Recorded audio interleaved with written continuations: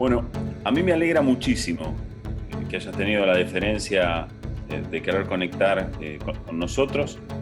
Me pone muy contento porque en verdad siempre tuve mayúscula curiosidad por estos niños maravilla, por estos jóvenes fotógrafos maravillosos que funcionan como vos estás funcionando. Eh, Sobre todo porque eh, mínimamente sorprenden. Sobre esa sorpresa, sobre por qué crees que irrumpís en la fotografía como irrumpís, ¿cuáles crees que son tus puntos fuertes? Un punto fuerte, primero antes que nada, muchísimas gracias. Creo que un punto fuerte es también aquello que en su momento fue mi mayor debilidad. Yo soy daltónico, no veo los colores, o sea, mejor dicho, se me confunden todos los colores. Y de muy chico, los nenes no tienen filtro. Cuando estaba en el primario, se me reían porque pintaba el sol verde. Y bueno, un poco ese bullying, con el término moderno, como se dice ahora, eh, eso se transformó después en che, no vayas a estudiar para ser piloto o para, ni se te ocurre comunicación visual, porque ahí hay unas herramientas que te faltan, ¿no? Y después, bueno, toda esa limitación lo que se fue transformando. Se volvió algo lo cual apoyarse para pensar de que es una manera diferente de ver las cosas. Y bueno, a veces, obviamente, cuando hay un atardecer y todo el mundo dice, uy, qué explotado que están los colores, me encantaría poder verlos así. Pero bueno, yo retrato lo que a mí me parece que es valioso y busco compartir eso con otras personas. Ese creo que es Muy, como el fuerte detrás de la imagen, ¿no? Que haya un mensaje siempre. muy bueno, muy bueno. Eh, Me alegra mucho que justo hayas metido las palabras mágicas, que haya un mensaje y lo que para mí resulta valioso. ¿Encontraste algún tipo de variable que se repita en las condiciones en las que vos considerás valiosa una imagen? ¿Lo pensaste alguna vez? ¿O cuando surge, surge? Trato de hacer el ejercicio fuera de la cámara, de llegar a un lugar y pensar por un ratito. Después esto es como subir una escalera. Uno después no va pensando pie izquierdo, pie derecho, sino que simplemente sube la escalera. Pero trato de hacer ese ejercicio bien presente y en voz alta en lo posible de por qué estoy ahí, qué es lo que me llama la atención de retratar. Si estoy al frente de una cascada, me llama la atención el tamaño de la cascada o me llama la atención la textura de los musgos alrededor de la cascada o cuán frondosa es la vegetación y después recién ahí trato de usar la herramienta para documentar eso. Pero primero me pregunto qué es lo que es importante mostrar de eso, qué es lo que llama la atención. Y bueno, creo que son esas variantes que tenemos de chico con el tema de los cuentos y de las historias, de que se nos quedan grabadas en el hipotálamo y es el hecho de dónde, qué sucede y quién sucede. Son como los tres puntos de cualquier historia, el protagonista, el lugar donde sucede y qué es lo que sucede a través de este protagonista. A veces puede ser una persona dialogando con la naturaleza o a veces la misma naturaleza es el protagonista, cuando un cerro se asoma alrededor de otros picos, por ejemplo. Se te escucha sumamente profesional y me alegra muchísimo estar hablando con un profesional así. Sobre todo Muchas por gracias. saber qué es lo que hace el hipotálamo, por saber cómo son las relaciones entre emisor y receptor, por un análisis del signo, del significado y del código, que lo tenés evidentemente. Contanos, loco, contanos cómo es tu formación, contanos de dónde venís, de dónde viene el chico sorpresa, el niño maravilla. Tengo un lado académico y un lado no tan académico y por eso es como que respeto también cuando trabajo con colegas que son grandes estudiosos del tema. Todo arrancó de muy chiquito, yo soy el menor de 5 hermanos y usábamos cámara de rollo en los 90, tengo 31 años, y se usaban para sacar fotos en eventos especiales, cumpleaños, egresos, entre otros.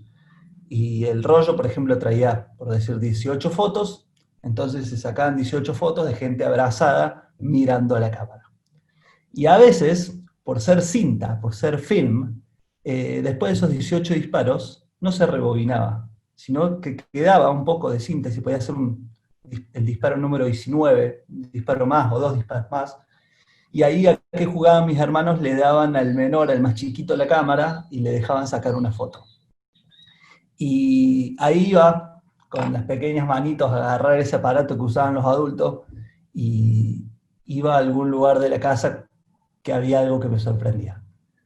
Y después cuando pasaba lo mágico, que es a las semanas que se revelaban las fotos, venían 18 fotos de gente abrazada, y después la sombra de un gato, los juguetes. Aparecían distintos elementos que hacían esa ruptura. Y es lo que siempre, hablando de esto del hipotálamo, me gusta recordar, porque para mí la fotografía es eso, más allá de ser un trabajo, es juego, es comunicación, es poder poner en imágenes cosas que a veces las palabras no alcanzan. Ese fue como el primer contacto con la cámara. Después, en la adolescencia tenía banda, hacía música, tuve una adolescencia un poco rebelde, y a los 18 años se me dio la posibilidad de hacer un intercambio a Alemania y viví con una familia de alemanes un año, y ellos me cambiaron como la mirada de la cosa, porque son arquitectos, diseñadores de interiores, y me chocó mucho cuando en una mesa hablábamos de una idea, de un proyecto, y luego a las semanas podías ir y tocar ese proyecto con la mano, y ahí me di cuenta y se los dije, le dije, yo quiero hacer esto, quiero dedicarme a transformar ideas en realidad, en materializar cosas. No sabía bien qué quería estudiar, pero eso me parecía fascinante.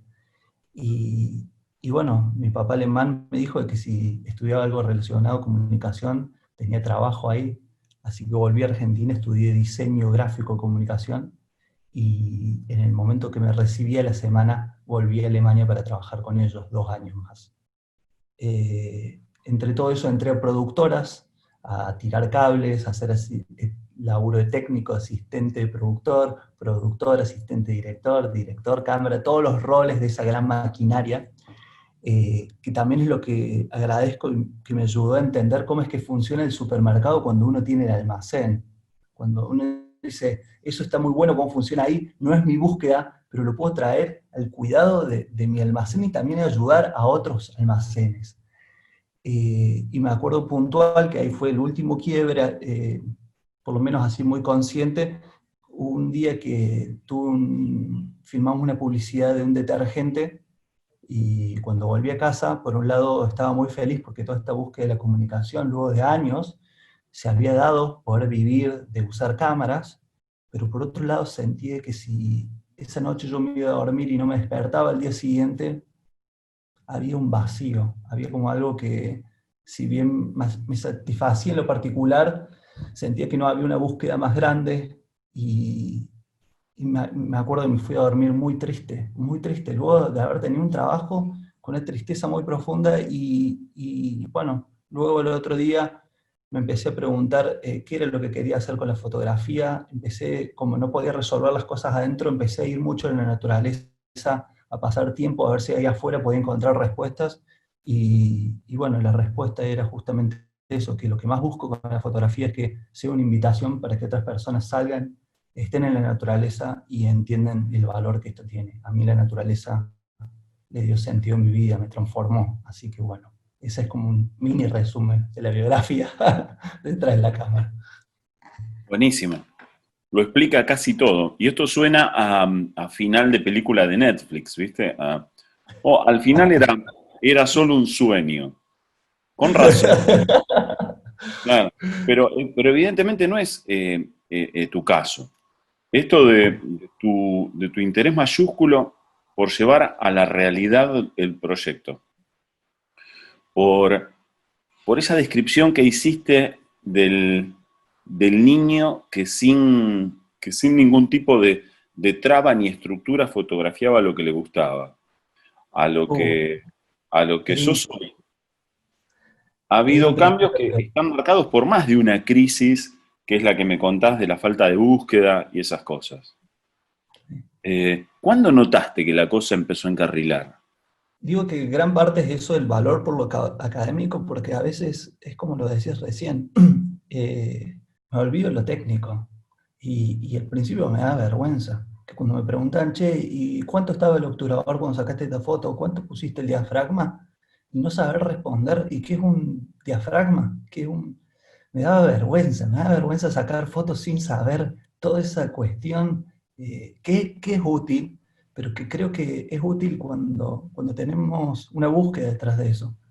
Después, bueno, se fueron sumando, pero en eso sí me siento hasta el día de hoy un niño, cuando laburo con colegas que vienen del palo de haber estudiado cine o de haber estudiado fotografía, ¿cómo se dice?, de manera académica o de manera formal.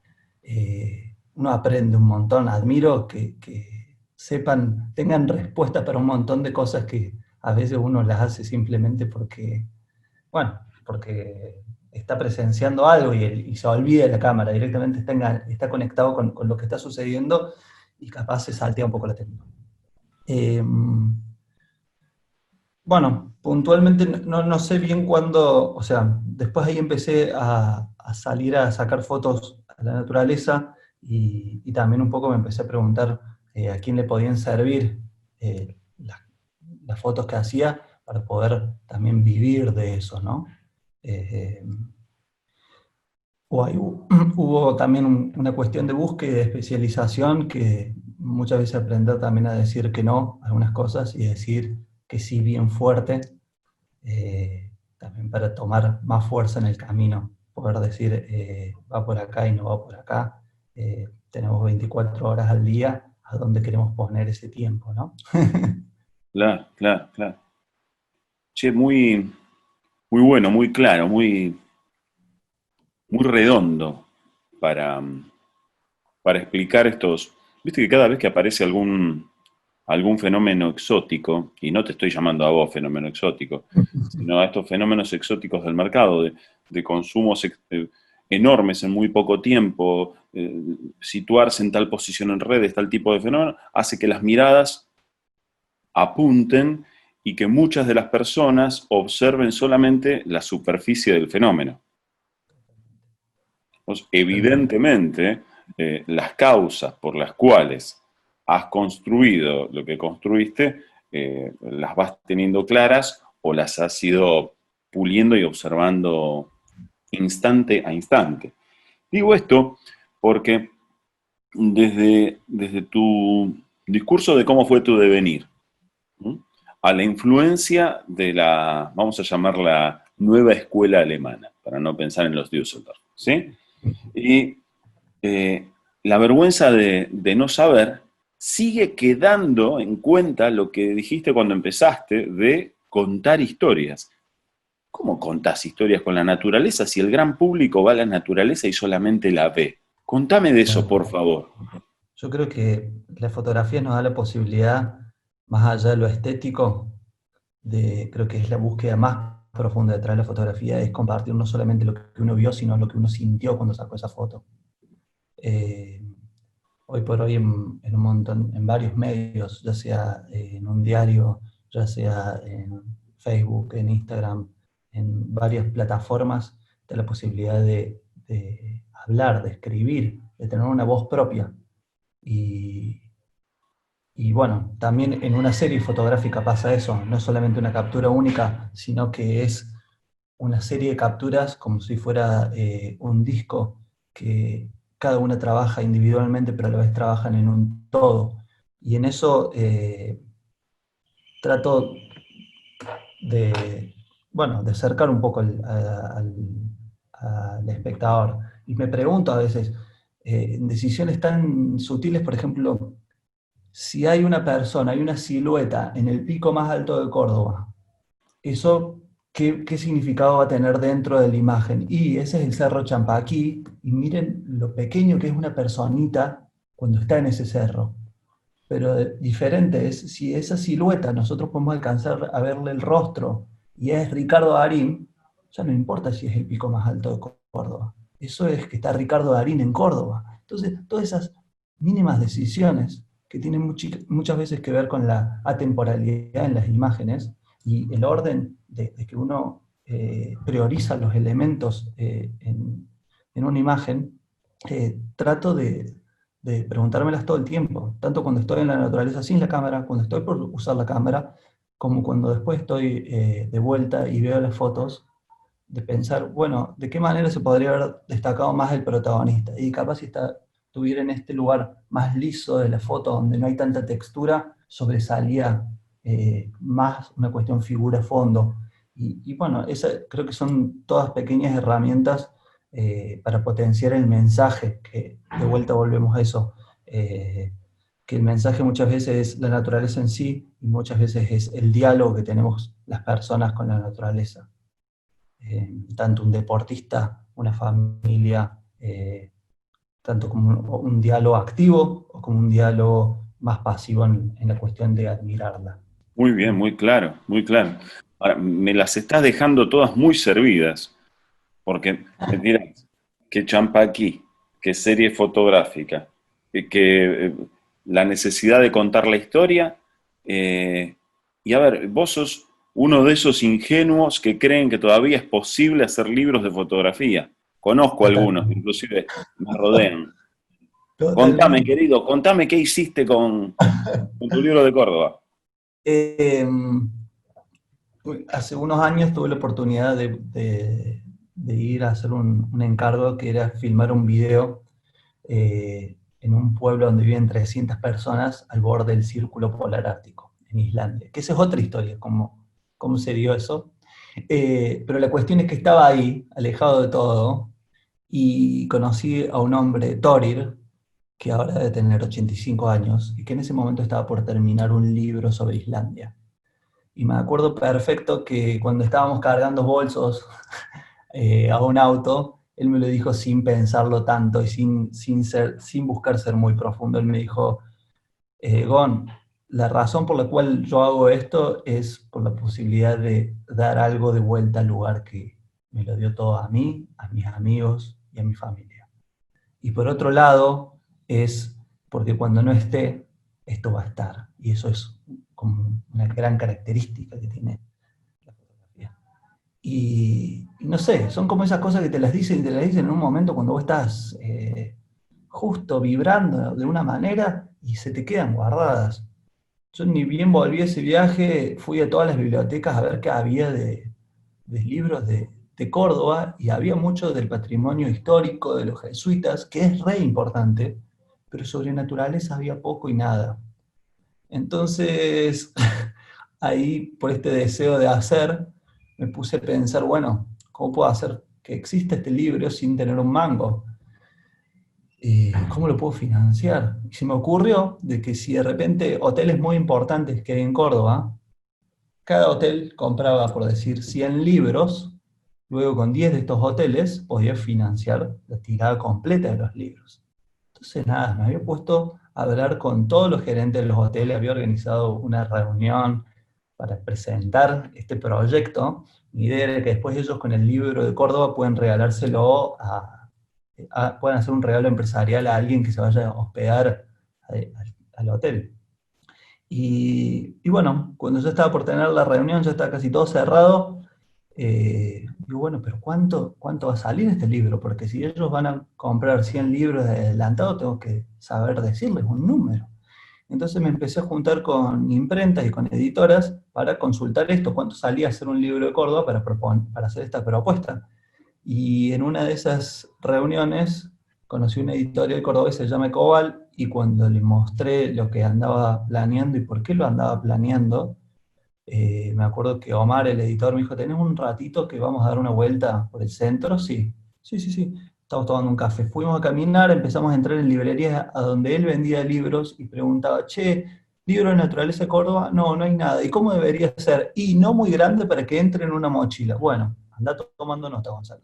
¿Y qué debería de tener? Y tiene que tener fotos, pero también tiene que tener textos o mapas, porque la gente siempre quiere ir a los lugares. Y todo eso estaban dando como la necesidad servida. Yo iba tomando nota de todo eso y después, cuando dimos una vuelta por varias librerías, nos sentamos a tomar un café y me dijo Omar, mirá, vamos a hacer el libro, pero no lo vamos a hacer con los hoteles. Yo voy a poner la plata para que vos hagas el libro.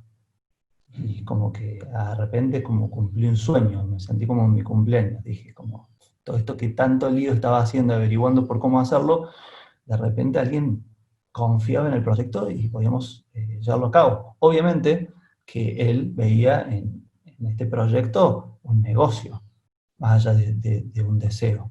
Y, y bueno, ese día me acuerdo que me sentí como muy arriba, muy feliz, y inmediatamente a la semana que le seguía me sentí muy abajo porque me di cuenta la gran diversidad que tenemos en Córdoba y que ni siquiera en toda mi vida iba a poder, ni siquiera dedicándole toda la vida, iba a poder retratarla, porque la cantidad de lugares que hay en la provincia, como deben ser en todas las provincias de Argentina, son innumerables.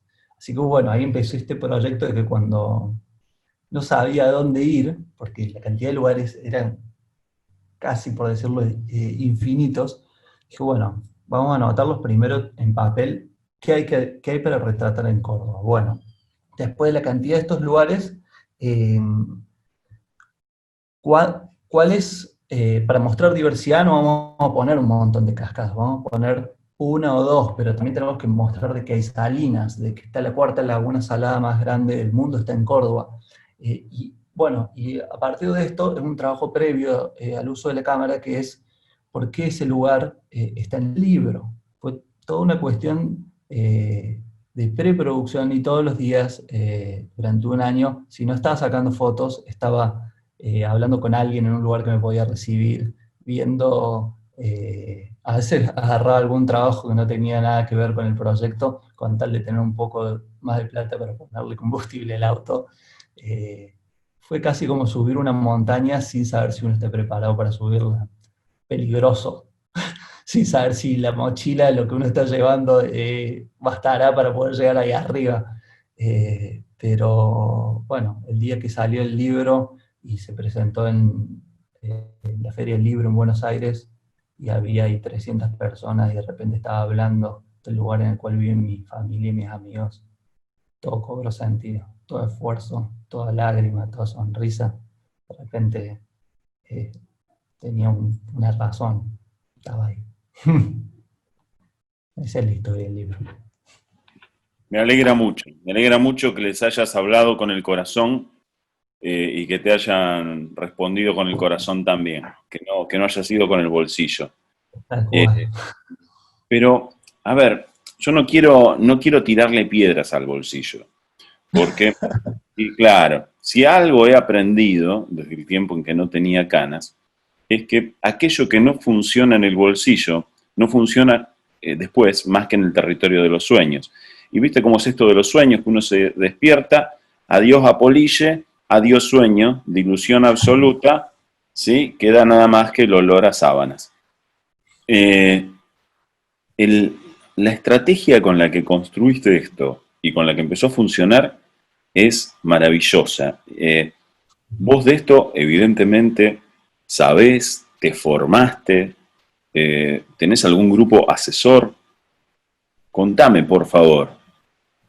No, fue a tropezones, pruebas y errores. Más, ahora arranqué el año pasado un libro que se llama Rincones de la Ruta 40, desde la que acá hasta Ushuaia, que busca, de nuevo, con esta cuestión del concepto de la naturaleza, dar cuenta de los paisajes y la diversidad natural que hay en torno al principal nervio vial de nuestro país, que es la 40, que conecta 11 provincias, 3 regiones, 5.190 kilómetros.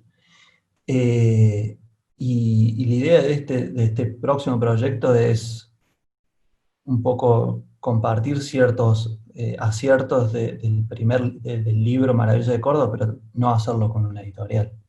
Ver de alguna otra forma de financiarlo, sin filtro. Hacerlo con una editorial está buenísimo porque te dan como la entrada a un mundo al cual uno es totalmente ajeno, pero por otro lado es como cocinar una torta y que ni siquiera, no es que te den una porción, te dan las velitas de la torta, no te dejan probar la torta. Entonces, bueno, se va aprendiendo. Yo la verdad es que por todo esto no dejo de agradecerle a la editorial que me invitó y confió, y gracias a ellos existe ese libro. Ahora, bueno, con prueba y error vamos a cambiar algunas cosas. Me alegra mucho, me alegra muchísimo que la lógica del supermercado al almacén vuelva a funcionar en tu caso. Me parece un camino súper fructífero, y me alegra mucho. Mira, te seguiría bombardeando, pero hay mucha gente y en verdad yo descreo fuertemente de esos vivos en que hay dos tipos que dicen, ay, qué piolas que somos, hablemos solamente nosotros dos. Yo me quiero callar la boca, voy a hacer lo posible para que eso suceda a la brevedad. Pero por favor, compórtense, y pregúntenle mejores cosas que las que le pregunté yo. Por favor. Que... Coincido totalmente, acá no es para, uno no viene a mostrar medallas ni logros ni nada por el estilo, al contrario, en lo que se pueda dar una mano y compartir algo de la experiencia, desde algo, la visión de uno, y tomarlo como eso, ¿no? Que no es ninguna verdad absoluta. Acá estamos. Sacudidle, sacudidle con lo que podáis, que el joven Granja se las recontra aguanta. Tírenle, tírenle, por favor. Me gustaría saber si puede contar algo, aunque sea cortito, del proyecto, del trabajo que hizo en Islandia. Sí, encantado.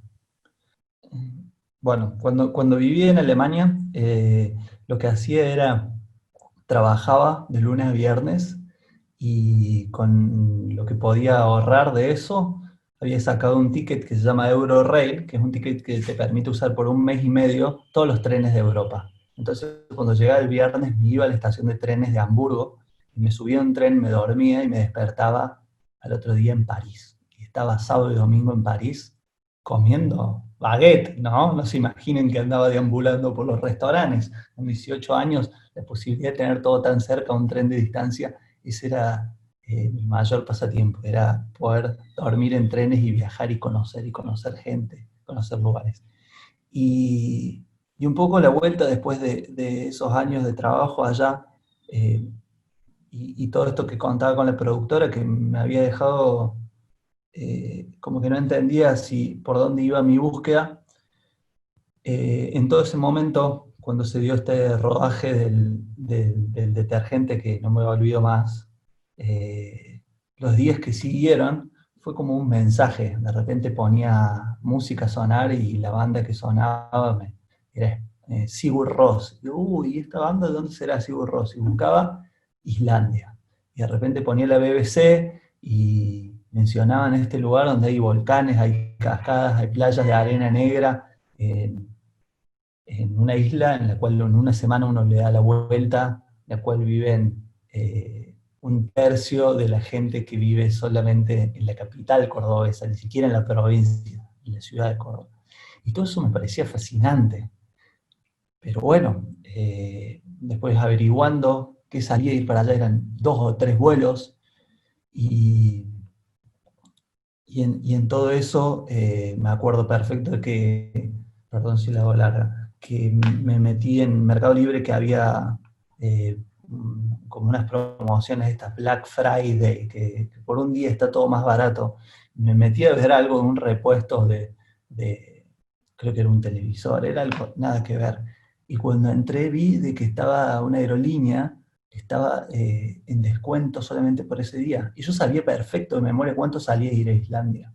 Entonces entré a ver si realmente era un engaño comercial para que la gente compre más, o estaba barato. Y sí, estaba a un tercio de lo que salía el pasaje, ¿eh? Y sin dudarlo demasiado, porque no tenía la plata todavía para el pasaje. Lo compré con 2 meses de anticipación. Irme a Islandia. Y le dije a mis amigos y a mi familia, y me dijeron, ¿qué? ¿A Islandia te vas solo? ¿Un mes entero dentro de 2 meses? Sí, ¿y a qué te vas? Todavía no lo sé, pero me voy. Y empecé a mandar mails. Empecé primero a mandar mail a la oficina de turismo del país, y ellos son muy directos y me dijeron que estaban en temporada alta, que no me podían ayudar, pero que me pasaban 100, 150 mails de distintos proveedores, que les hable, porque consideraban que les podía llegar a interesar mi trabajo. Y ahí le empecé a escribir a hoteles, a compañías que llevaban a gente a caminar encima de glaciares, a eh, industria textil, restaurantes, de todo por haber. Y empecé a contactar gente durante 2 meses, todas las mañanas les dedicaba a eso, y cuando llegó la hora de subirse al avión fui a la otra punta del planeta a darle una vuelta a la isla durante un mes y hacer fotos para toda esa gente que le había mandado mails. Y bueno, en esa vuelta llegué a Vic, que queda al sur de la isla, donde viven 300 personas, y me hospedé en un hostel. Y en ese hostel había una mujer llamada Aisa, que estuve una semana con ella, y bueno, me supo, yo hice fotos para su hostel y me supo orientar muy bien, introducir sobre la cultura, me llamaba a comer con sus amigos y a conocer cómo era la diaria ahí. Y después yo seguí viaje, cuando estaba, me había ido de ese pueblito, cuando estaba por el este, me escribía, ahí viven mis abuelos. Me acuerdo porque no tenía señal, cada vez que agarraba un wifi de alguna estación de servicio me entraban mensajes de ella. Juan, no sé si todavía pasaste Seidis Fjordur, pero ahí viven mis abuelos, este es el número, escribile, ellos van a estar súper felices de recibirte. Y después estaba en el norte, no te pierdas este lugar que es donde nosotros vamos de vacaciones en unas aguas termales, y siempre había mensajes. Y después cuando volví a Córdoba, empecé a subir fotos de Córdoba y compartirles también a ella. Y fue una conexión muy fuerte y me dijo, wow, qué diferente que es acá Islandia, ¿no? Es como totalmente otro planeta, ¿no? Y seguimos charlando un montón, semana de por medio, y ella me dijo, ¿cuándo vas a volver a Islandia? No, es que no es fácil, es plata, es tiempo, no, me costó un montón ir, no sé si podría volver. Dijo, bueno, pero capaz nosotros acá necesitamos algo que vos hagas. Y en ese pueblo de 300 personas se juntaron los de turismo, que deben haber sido 7, y decidieron hacer un video sobre ese pueblo de 300 personas. Y allá fui una segunda vez a Vic a documentar las auroras boreales, las cascadas congeladas en un invierno junto a 300 personas. Fue una experiencia durante 3 meses inolvidable. Como será de chico el pueblo que tienen un grupo que se llama Wikipedia, muy, muy astuto, el pueblo se llama Vic y se llama Wikipedia. Y en ese pueblo, en ese grupo, cuando a alguien le sobra un mueble, una silla, ponen, me sobra esta silla, y otro va y la busca, a mí me viene bien. Entonces están todo el tiempo ayudándose entre todos. Fue una experiencia totalmente transformadora, poder ir y conocer a esta gente y compartir mucho tiempo con ellos. El video está en YouTube para el que lo quiera ver. Maravilloso, maravilloso y que hayas vuelto a Córdoba. Sí. ¿Qué te Sí, pasó sí. cuando volviste a Córdoba? Vi todo con otros ojos. Como que a veces uno está, es difícil ver la vereda en la cual uno está. Se tiene que cruzar a la de frente para verlo. De repente los domingos, cuando lo iba a visitar a mi viejo, digo, el celular se queda en el auto. O sea, es un momento súper valioso. Empecé a ver cosas cotidianas de una manera tan extraordinaria. Eh, y bueno, también así con la naturaleza y los paisajes, digo, cuando me di cuenta de que había poco relevamiento de eso, empecé a ir a los lugares y sentía como que estaba por primera vez probando un sabor, ¿no? Los estímulos en la boca no podía entender que eso toda la vida había estado tan cerca de casa y no lo conocía. Me costó más de 24 años preguntarme qué había detrás de las sierras que vi toda mi vida por la ventana. En el colegio no me lo dijeron, me hablan de los colmechingones, los sanavirones, son re importantes, ¿no? Es otro lado importante de Córdoba, pero nunca me dieron más o menos la orientación de qué había para ver, conocer, y en cuanto a naturaleza, diversidad, bosque nativo, hay tanto sobre naturaleza en Córdoba, y bueno, fue un descubrir, gracias a haber seguido en medio de la nada. Lamento meterme de vuelta, pero me quema el contraste inmenso entre esa solidaridad de Islandia y las conductas que pueden darse en una provincia como la tuya, el- las cascadas congeladas de Islandia y tu provincia en llamas. Sí, ¿Lo estás fotografiando, loco? sí, no solo fotografiando, sino que alzando la voz. De vuelta como hablando de esto, de cuánto se puede decir con las imágenes. He ido a lugares que tenía ya un relevamiento previo y he sacado fotos ahora en- ante todas las cenizas que quedaron y, y bueno, y aprovechar la voz que tengo para decir qué siento y qué me pasa cuando lo que más amo en el mundo te hecho cenizas. Es fuerte, muy fuerte. Tremendo lo que está pasando. Sí, creo que lo que más nos preocupa sin duda alguna no solo es el fuego, sino lo que produce el fuego ese. Que no se hable de eso, que sea intencional, como no cabe en una cabeza. Lo lo que me sacude es la diferencia social, de conductas, de lo que nos pasa. Y sobre todo ante almas sensibles como la tuya, que no te da igual. No, Digo, no me cabe la no. menor Te duda, digo, sin haberte visto la cara nunca. ¿Qué te no, pasa? sí, te digo que, es más, se siente incómodo. Uno está tan acostumbrado a compartir bellezas, porque realmente tengo que hacer esto, y hay algo que adentro puja más fuerte, que va a decir, si yo siempre usé la fotografía para compartir sentimientos, más allá de cuestiones estéticas, hoy lamentablemente el sentimiento es este, y no por eso no lo voy a dejar de hacer. No sé si alguien tiene alguna duda, lo que quieran. Yo, Sí, yo quería preguntar, ya que estabas hablando de todo esto, de lo que está pasando en tu provincia, ¿cómo pensás canalizarlo de alguna manera? Porque más allá de mostrar todo esto, es un manifiesto, evidentemente, ¿no? De que todos también Sí, lo podemos ver, lo podemos sentir, y me hace acordar mucho a un trabajo que hizo el fotógrafo Piovano en Salta, creo que había sido, sobre el tema de los agrotóxicos y las consecuencias que había traído a la población y a la gente. Un trabajo realmente así como abrumador y tremendo, un trabajo maravilloso, digamos, ¿no es cierto? sí. Digamos, siguiendo esa línea, cómo, o sea, si tenés alguna idea, digamos, en este momento de cómo hacerlo llegar a algún lado, no sé, mostrar tu visión de eso. Por un lado, está buenísima la pregunta. Por un lado, al principio fue levantar la voz, fue mostrar lo que estaba pasando y ante la respuesta también de que te hable gente de Buenos Aires, de Rosario, de otras provincias y te digan, che, esto no está saliendo en las noticias, acá solamente me estoy enterando por tu canal, por gente que conozco allá, es fuerte, es muy, muy fuerte.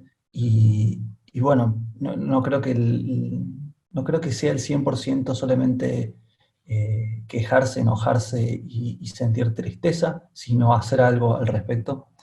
Eh, Desde mi humilde accionar, lo que siempre trato de compartir es información específica de biólogos y geólogos de cómo hacer una vez que esto pase, porque esto pasa año de por medio, cómo hacer para recuperar los suelos. Eh, También compartir qué es lo que debemos exigirle al gobierno que no están cumpliendo en cuanto a leyes. Y bueno, un mini proyectito que salió ahora hace una semana, saqué unos calendarios 2021, que cada calendario, los meses que van adentro del calendario tienen un lugar que se destaca en ese momento. Los meses de verano hay ríos y los meses de invierno hay lugares capaz más para ir a guardarse, tipo cabañitas y lugares más de ese estilo. Los meses más secos son lugares para hacer trekking, porque son épocas que no hay sí, ni mucho calor ni mucho frío, está bueno para salir a caminar. Y a la par de esto es que por cada calendario me uní con una fundación, se planta un árbol nativo. Entonces, bueno, si el cambio no va a ser desde arriba, por lo menos desde acá abajo vamos a empezar a hacer cosas y no quedarnos solamente callados o solamente hablando sin el accionar. Me alegra mucho que estés tomando la marcha y desde ya contá con nosotros. El taller funciona como una comunidad. Sí, es un lugar donde algunas personas vienen y dicen que aprenden fotografía. Pero yo digo que trabajo de eso y así hay un montón de ilusiones en concurso que nos hacen sostener algunas ilusiones que todos queremos seguir creyendo. Pero desde hace muchos años somos partícipes de una red casi voluntaria de distribución de obras de autores y de convocar. Creemos que compartir es mejor que competir, ¿no?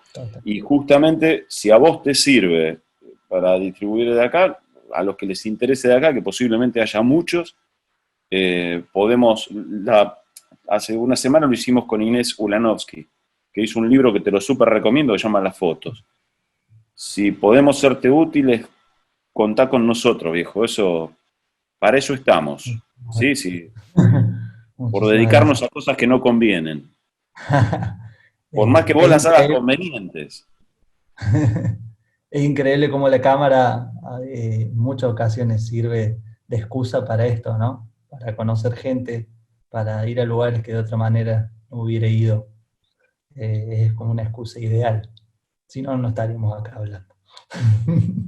Ahí está. Sí, dale. ¿Puedo hacer una preguntita? Dale. ¿Estás subiendo fotos de esto de los incendios en alguna red social o en alguna página o algo? Estuve compartiendo en Instagram cuando los focos estaban activos. Y después, En tu Instagram. En mi Instagram. Y bueno, y fueron levantándolo varios medios, se armó una pelota interesante con eso. Y también, no solamente subiendo fotos de mi autoría, sino compartiendo fotos de otros colegas que están en el mismo trabajo. Y ahora es como pasamos a otra etapa que es, se venía haciendo, es lamentable en ese sentido, se venía haciendo desde antes de los incendios, que es informar sobre el porcentaje de bosque nativo que nos queda en Córdoba, que es solamente el 3%, y qué podemos hacer para remediarlo. Cada vez que lo digo me parece como estoy contando una película de terror, y es la realidad. Es una barbaridad. Sí. Y hace 10 años era el 80%, y el año pasado, cuando compartí este número alarmante, era el 5%. O sea, yo estaba diciendo es el 5, es como si fueran los glaciares. Ahora es el 3%. ¿Y qué va a pasar cuando no hay bosque nativo? Hay que ir a buscar alguna especie que haya quedado en algún vivero.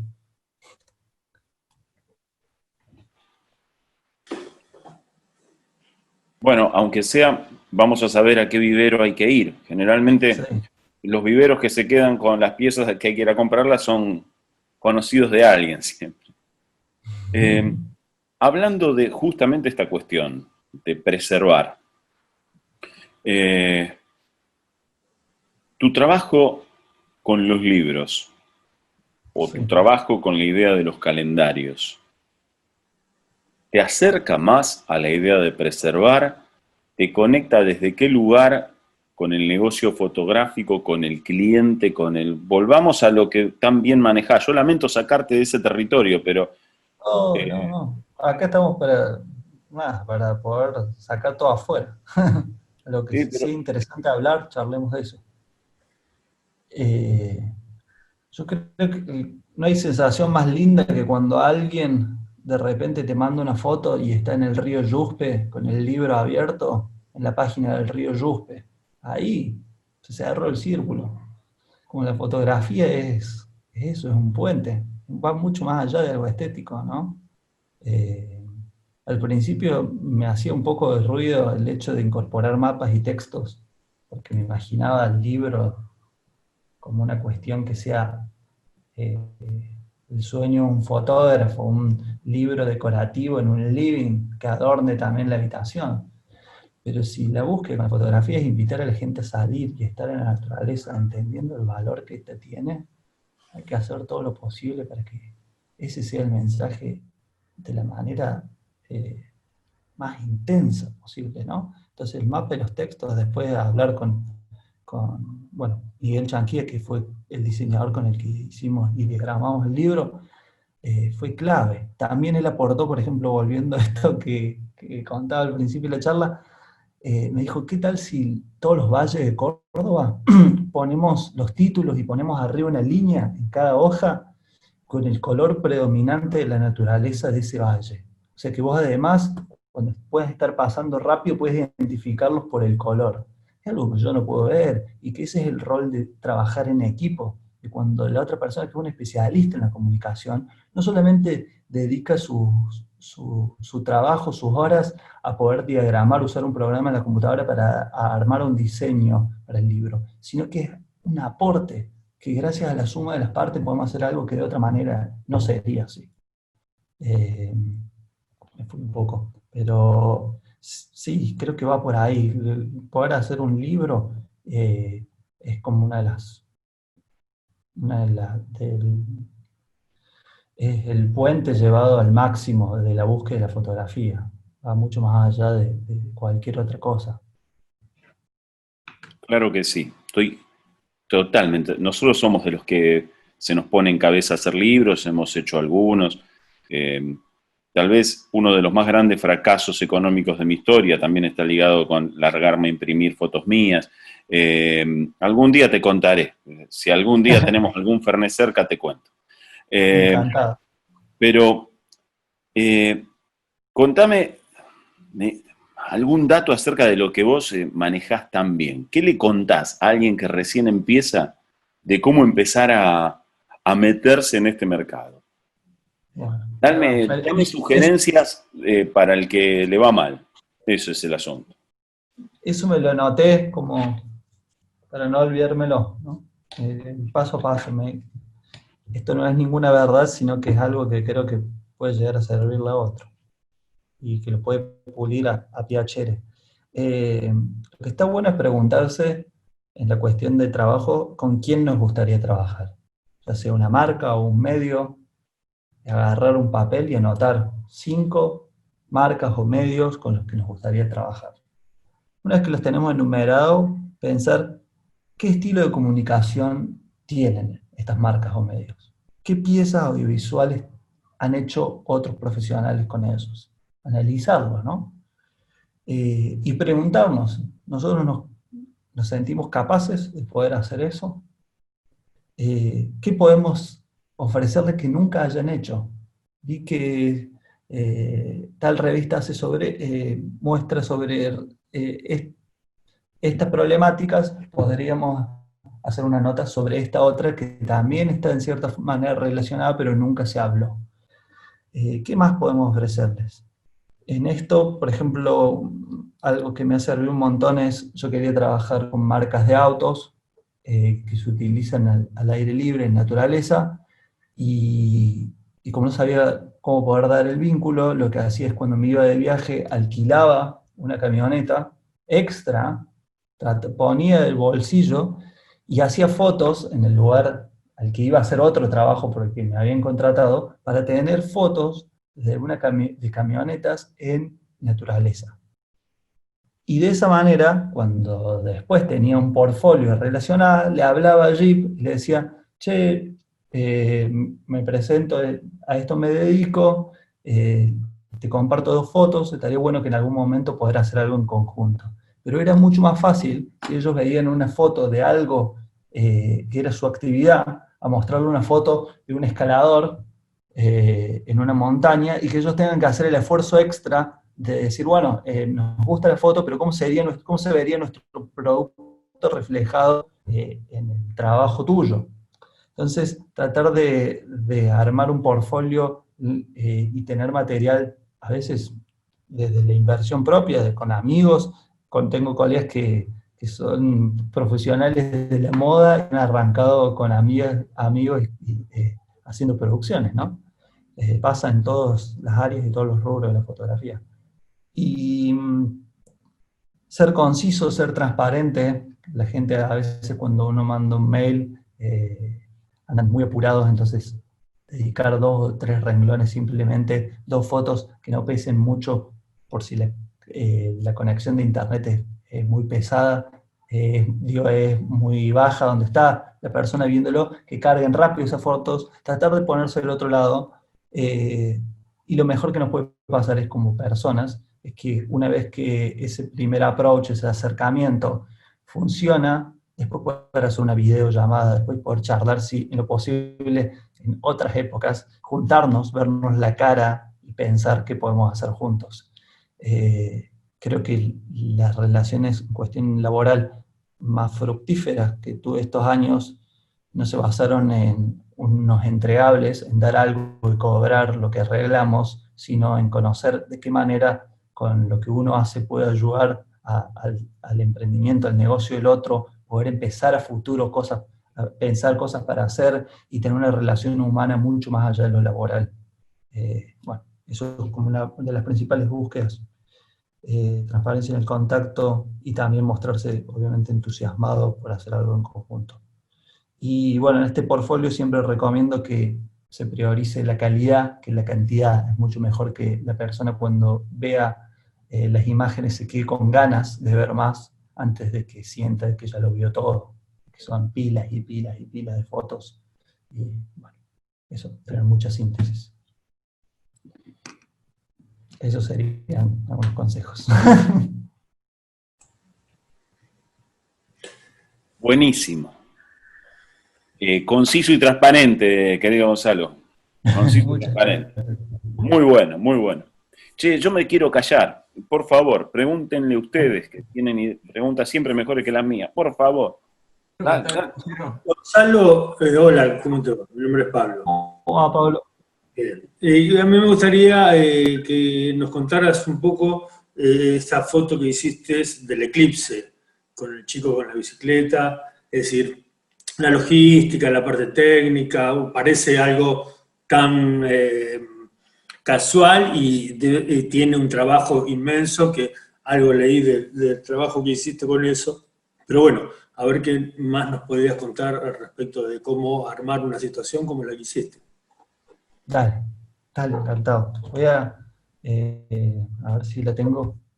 Bueno, esta es la foto, la que estábamos charlando recién.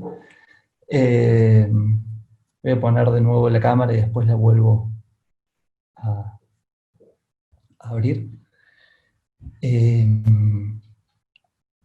Fue una búsqueda de un año entero detrás de esto.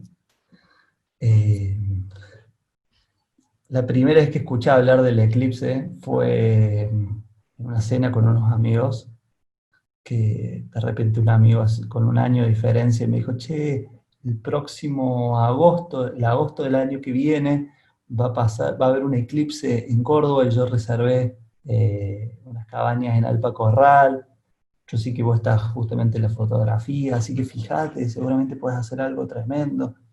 Y no me entraba en la cabeza como un eclipse, como en las películas que se hace todo de noche. Sí, se alinea el sol y la luna y por unos minutos se hace todo de noche. Entonces, bueno, lo primero que uno hace, por lo menos lo primero que yo hago es agarrar el teléfono y empezar a buscar qué información hay afuera. Y cuando ponía eclipse en Córdoba, nadie estaba hablando de que iba a pasar dentro de un año un eclipse en Córdoba. Me puse a leer sobre eclipses y había una frase que era muy buena que decía que la diferencia entre ver un eclipse parcial y un eclipse total es la misma diferencia que ir a ver una obra de teatro y quedarse afuera, en la puerta, o entrar adentro de la sala.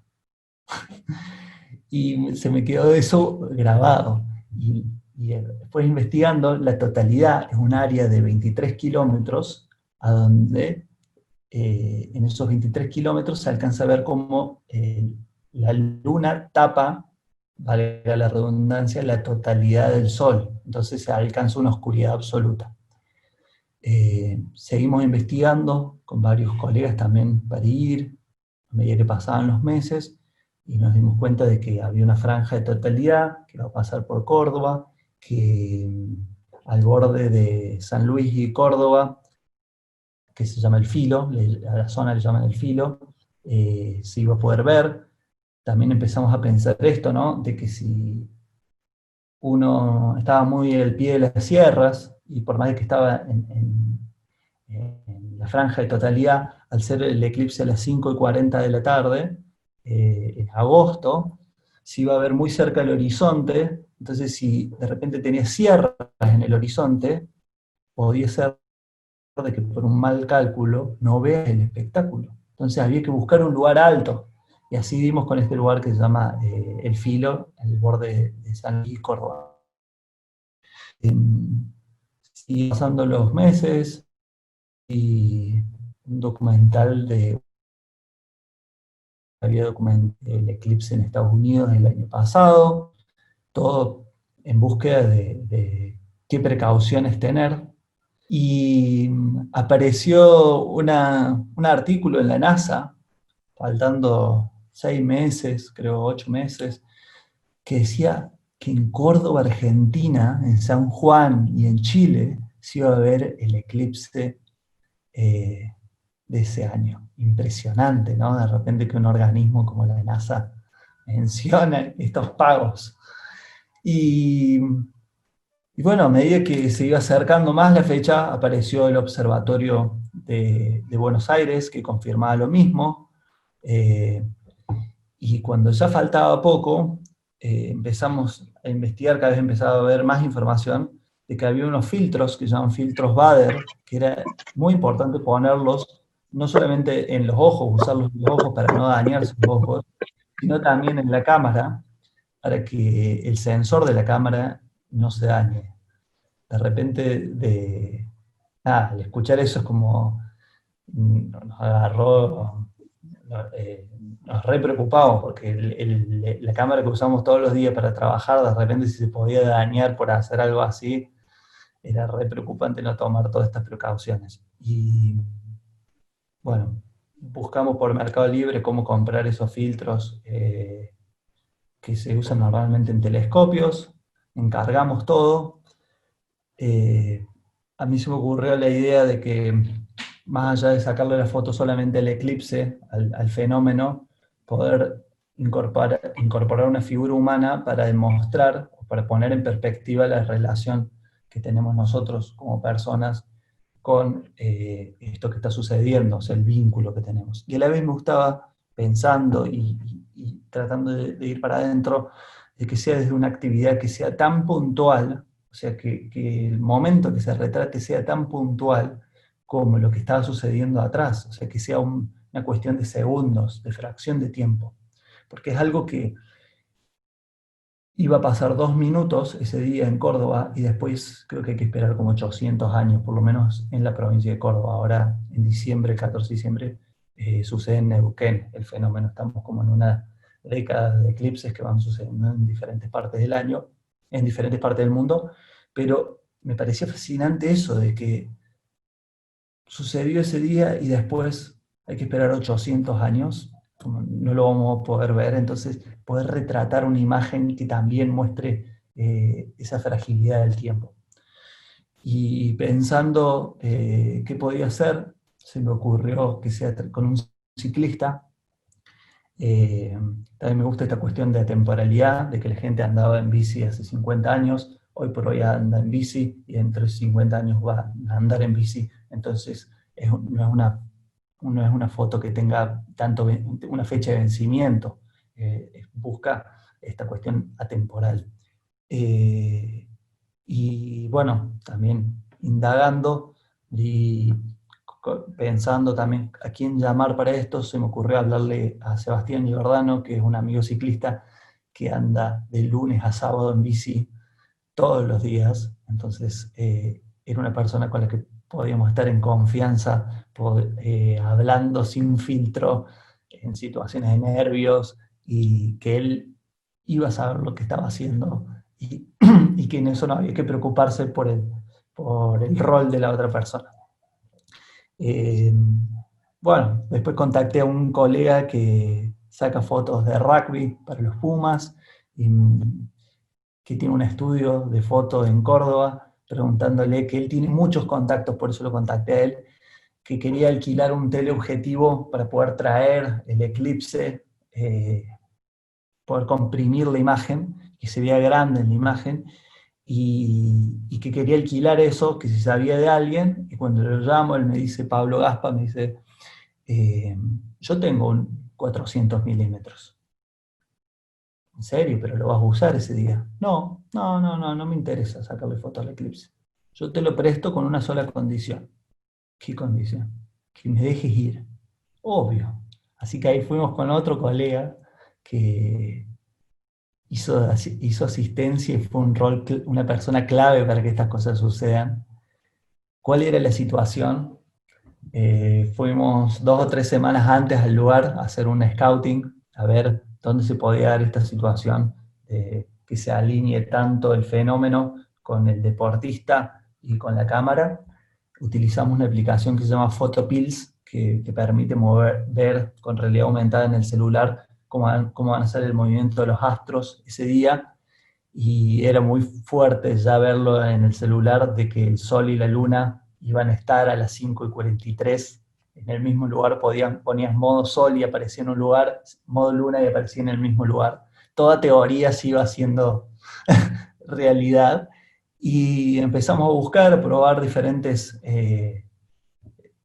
lugarcitos en esa sierra, y cuando encontramos el que parecía que iba a ser correcto, la distancia que íbamos a estar entre nosotros era más o menos de 4 cuadras, o sea que íbamos a tener que andar a los gritos o no nos íbamos a escuchar. Entonces pensamos en usar handys.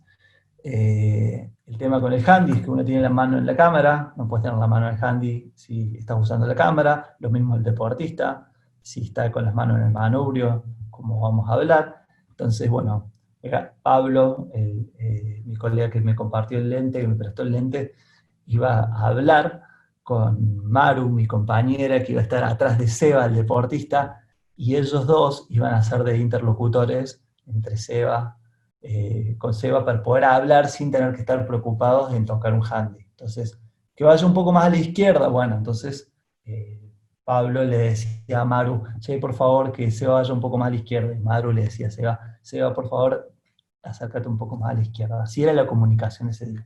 Hicimos unas pruebas, anduvo todo bárbaro, y después, bueno, empezó la cuenta regresiva de que no se nuble, porque si se nublaba, todo cálculo que habíamos hecho no iba a servir de nada. Y justo, por suerte, por los astros y todo eso que sucede siempre, tocó un día soleado, ni una sola nube. Salimos a las 5 de la mañana, nos juntamos todos en casa, puse el documental de Ted Hesser del eclipse en Estados Unidos, y lo vimos todos juntos, qué era lo que íbamos a presenciar. Cabe destacar también de que después de que salió la foto, Ted Hesser me escribió y estuvimos charlando un rato, que también es como una de esas cosas locas del mundo contemporáneo, después poder hablar con alguien con el que estabas viendo como referencia. Y bueno, salimos a las 5 de la mañana de casa, fuimos a ese lugar, nos reíamos porque hicimos unas pruebas, llegamos al lugar tipo 12 del mediodía, era bastante lejos de casa, hicimos unas pruebas, anduvo todo bárbaro, después comimos sanguchitos, que eso es como, para mí esos detalles son lo que demuestran que por más cálculo que uno haya, hay cierta cotidianeidad en esto, ¿no? No hay un catering armado, no hay toda una mega producción, no. y bueno, y todo, nos fuimos tomando posición, cuando faltaban 2 horas, íbamos hablando, haciendo chistes para sacar un poco la atención. La verdad que el lente es un 400, una cosa casi no entra en esta pantalla. Entonces calculaba también de que si no estaba en el lugar adecuado, cómo tenía que ponérmelo para poder caminar y moverme unos pasos en total oscuridad, ¿no? Bueno, empezamos a charlar y sacar cálculos de eso, y cuando ya estábamos cerca de la hora, veo por el lente, todavía el sol se veía encima de la luna, o sea, estaba como fraccionado, pero me parecía que el cálculo no daba. Yo al verlo así, más o menos con el filtro, me parecía que no se iba a alinear todo, y se lo comento a Pablo, digo, Gaspa, me parece que no es este el lugar. ¿Estás seguro, Gon? Pero habíamos hecho todos los cálculos de ahí, sí, me parece que va a quedar encima el eclipse de Seba y no se va a dar todo. Bueno, hagamos una cosa. Yo voy a bajar un poco, porque estábamos justo en una pendiente de pasto, y 4 cuadras adelante estaba Seba justo en un risco de una montaña. Y me dice, yo voy a bajar un poco, voy a ir tanteando el piso, y voy a ver otro lugar. Y cualquier cosa, cuando falte muy poquito, si vos ves que no es, te venís hasta donde estoy yo y me usás como referencia para venirte. Perfecto.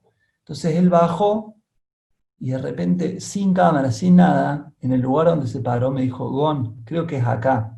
Pero ¿qué te voy a decir? Si no es acá y vos te venís ahora, y es a donde vos hiciste todos los cálculos, ¿cómo cargo con eso? Dice, después, todo eso no, te venías de acá y es en el otro lugar. Digo, vos quédate ahí, vamos charlando y, y vemos cuando faltan unos segundos. A todo esto, cada vez que le veía la cara a Pablo, por una cuestión, la luz ese día fue una luz que jamás la vi en otra situación. Era, no sé, era muy rara. Todas las sombras, en vez de ser, por decir, todos los flares, en vez de ser circulares, eran con forma de luna.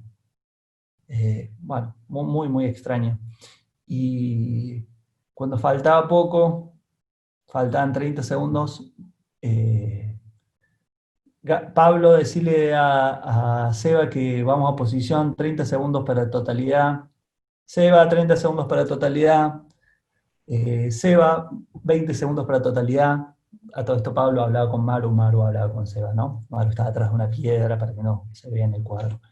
Y cuando dice 20 segundos para totalidad, yo veo y no se va a alinear, entonces camino, corro con el lente pesado hasta donde está Gaspa, unos metros más abajo, y cuando llego, apoyo y le digo, sí, es acá. 5 segundos para totalidad, 4, 3, 2, 1, y ahí todo lo que habíamos leído empezó a suceder. Los animales empezaron a gritar, los pájaros chirriar de una manera ensordecedora. Se hizo de noche, los grados bajaron de repente como 10 grados de golpe, el lente se puso helado, helado, pero frío, ¿no? Empezó a soplar viento de la nada, no había viento, empezó a soplar. Fue el fenómeno más surrealista que jamás he presenciado en mi vida.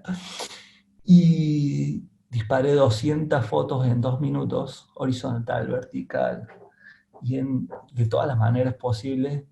Y en una de esos veo de que Seba se baja de la bici, se queda como con los pies en el piso. Es como, ¿qué le pasa a Seba? Si Seba, a ver, algo que habíamos probado, él se podía quedar 7 minutos sin bajarse de la bici. Y de repente, al minuto se baja de la bici. Entonces, medio con toda esa tensión, le digo a Pablo, ¿qué le pasa a Seba? Seba le dice a Maru, con un poco de puteada fue todo esto, ahora lo estoy diciendo muy diplomáticamente. Pablo le dice a Maru, ¿qué le está pasando a Seba? No, pasa de que no nos dimos cuenta y, bueno, esto lo explicó después en realidad. Dice, ahí se acomoda, pero después me explicó de que un error que tuvimos es que se iba a hacer, hicimos todas las pruebas, pero no las hicimos con la luz apagada, por así decirlo. Entonces, en un momento, era totalmente de noche, luna nueva, por decirlo así, no había luz de nada, y Seba estaba sobre los pedales en una sola rueda, saltando, y al borde de un risco, y le dio miedo, y por eso se bajó de la bici. Y por suerte, como un profesional dijo, vamos de nuevo, cualquier cosa si me desequilibro, me tiro para atrás que sé que hay piso y no para adelante. Pero se bajó por esta cuestión de que no había luz. Bueno, y se volvió a subir, y disparamos algunas fotos más, y de repente se volvió a hacer de día. O sea, ese día hubo 2 atardeceres, uno a las 5:35, después otro que lo vimos a las 7:30 de la tarde. Absurdo, totalmente absurdo. Y ahí automáticamente Seba le dice a Maru, ¿salió la foto? Maru le dice a Pablo, ¿qué onda? ¿Salió la foto? Pablo me pregunta a mí, Yo agarro la cámara, voy a todas las fotos y empiezo a pasar. Y esto es como un término muy de la fotografía. La fotografía no es solamente que estén los elementos ahí, en esa foto, sino que tiene que haber un orden, una armonía para que esté esa fotografía.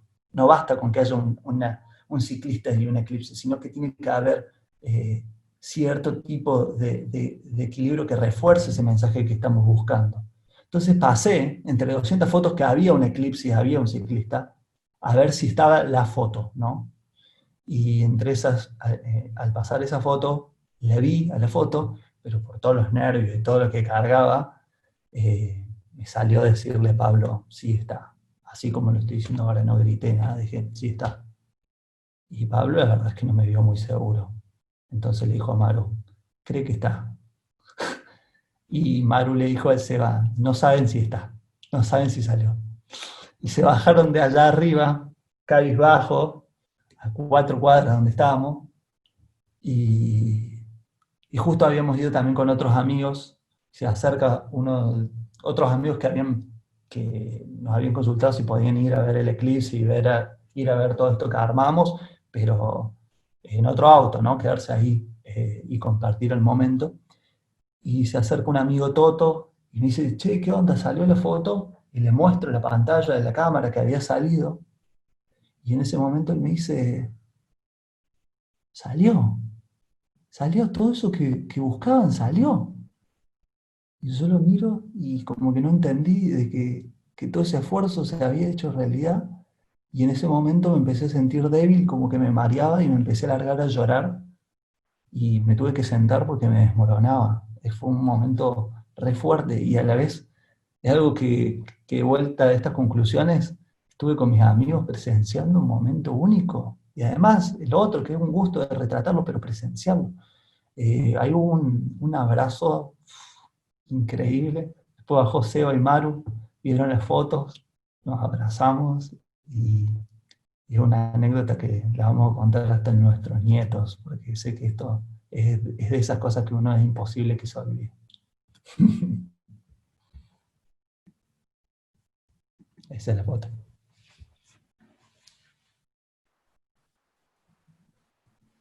Muy buena, loco, muy buena, muy buena. En 30 años Telefe jamás pudo emocionarme así en tan pocos minutos. Y vos en un ratito me tenés los ojos así. Gracias. Placer, gracias a ustedes por la invitación.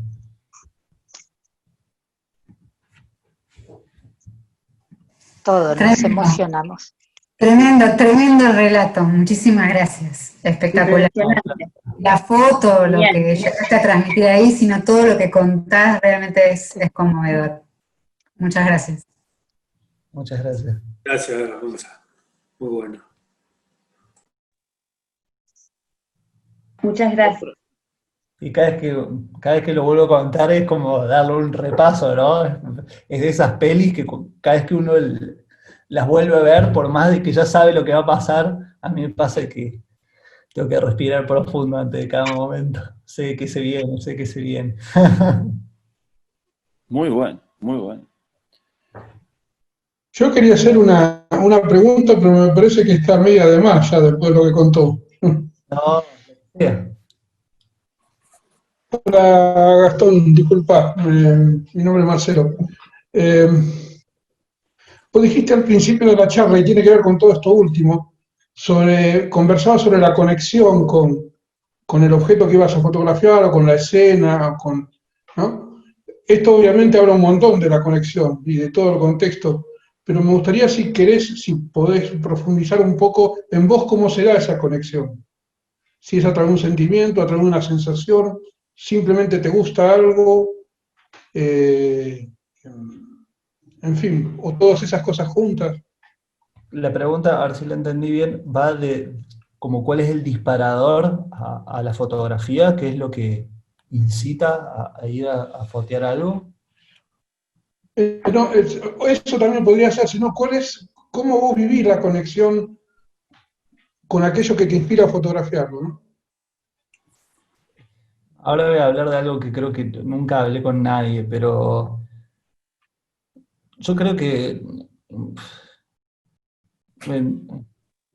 yo lloro con las películas, lloro cuando saco fotos. También en momentos que tuve que ser fuerte a ver, en alguna actividad como subir una montaña, dormir en el suelo haciendo vivac, escalando, lo soy o intento serlo. Pero a la vez me parece que es como muy loco, por momentos, como estamos educados y cómo es la sociedad, de que si uno es una cosa no puede ser la otra. O me acuerdo de las primeras veces que compartía escritos junto a la fotografía, eh, algún amigo me digan, che, Gon, me parece como que alguien va a pensar medio raro de vos, me hacían esos comentarios, como mostrar sensibilidad en algún momento era una chotada. Y la verdad es que esa es mi fortaleza es no todo el tiempo ser una coraza, una persona impenetrable a lo que está sucediendo, sino al contrario. eh, a mí me gusta cuando llevo el auto al mecánico preguntarle qué le pasa a aquel otro auto, cómo es la vida de él. Interesarme más allá de las cosas, pero es algo que es sumamente natural, no lo hago por una profesión.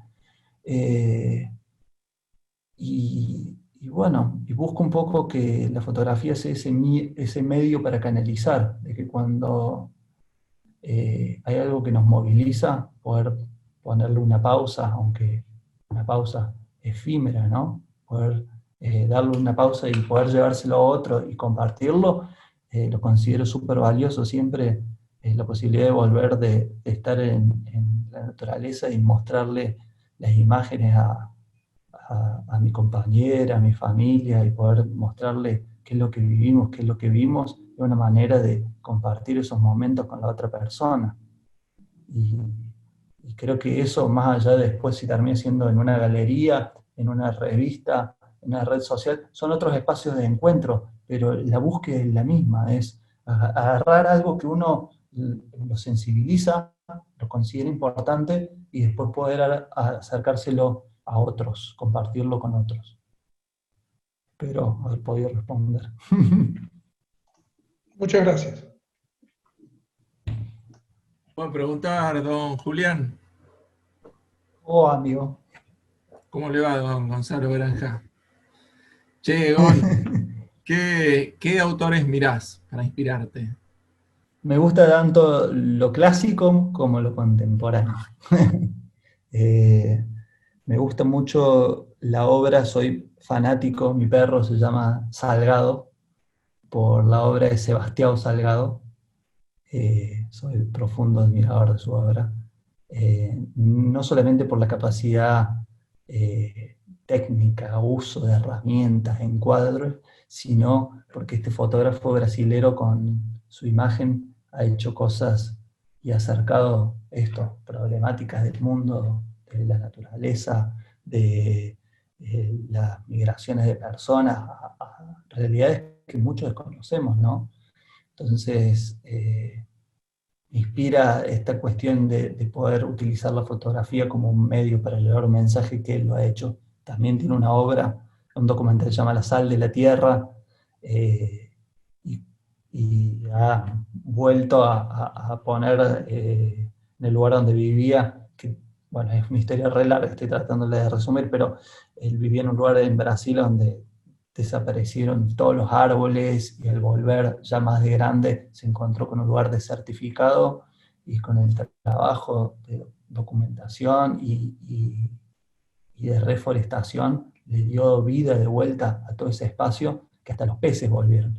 Y bueno, cuando veo su trabajo admiro mucho eso, más allá de la foto en sí, lo que cuenta en esas fotos.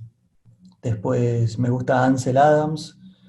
De lo contemporáneo me gusta, hay un fotógrafo que se llama Chris Burkhardt que utiliza de nuevo plataformas como Instagram, Facebook, más. Bueno, justo no sé cuándo se cortó, pero la obra de Sebastião Salgado me parece impresionante Y bueno, también hay algunas como inspiraciones que no están en la fotografía así propiamente dicha, pero en el cine, Wes Anderson, parece increíble en cuestión fotográfica. Hay de todo un poco. Hola Gonzalo, y ahora con este proyecto nuevo del libro que vas a hacer a través de Ruta 40, ¿ya tenés elegidos los lugares o ya comenzaste a fotografiar? ¿Por dónde pensás ir? El año pasado arranqué en agosto en La Quiaca, en Jujuy, y durante 5 meses visité 8 provincias, durmiendo adentro del auto. Y muchas veces eso es lo que tiene retratar naturaleza, que esperando las condiciones, ¿no? Cuando vas a la laguna Espejo y no hay un espejo, y hay que esperar días a que se haga el espejo. Y investigando y también sabiendo esperar a que la Pacha diga. Y fueron 5 meses increíbles en esas 8 provincias. Y llegamos hasta Bariloche, y ahí tuve que hacer una pausa por un desperfecto que tuvimos mecánico, que por suerte ya está arreglado, ya está todo solucionado y listo como para salir a terminar el proyecto. Pero bueno, después se decretó la cuarentena, así que acá estamos esperando a que la ventana de tiempo para lo que queda, que es la Patagonia, quedan 3 provincias, Santa Cruz, Chubut y Río Negro, es de octubre a marzo, porque si no las rutas pueden estar congeladas, los senderos cerrados. Entonces estoy esperando que se pueda viajar entre provincias y que a la vez sea entre octubre y marzo, si se puede viajar en abril, o esperar hasta el otro octubre. Y si bien se pueda, terminar esas provincias y luego a pasar a la etapa de diagramar, que son otros tiempos y otra atención. Por suerte ya empezamos a editarlo el libro para aprovechar el tiempo y esta etapa de pausa. Pero bueno, todo ahí latente.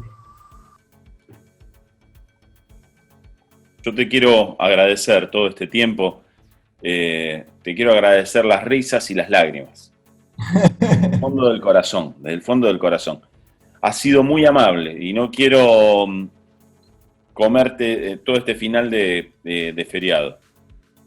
Muchas gracias por la invitación. Tampoco quiero ser hostil. Si alguno se quedó con alguna espina súper clavada, cuéntenla, pero vamos liberándole la noche a este hombre.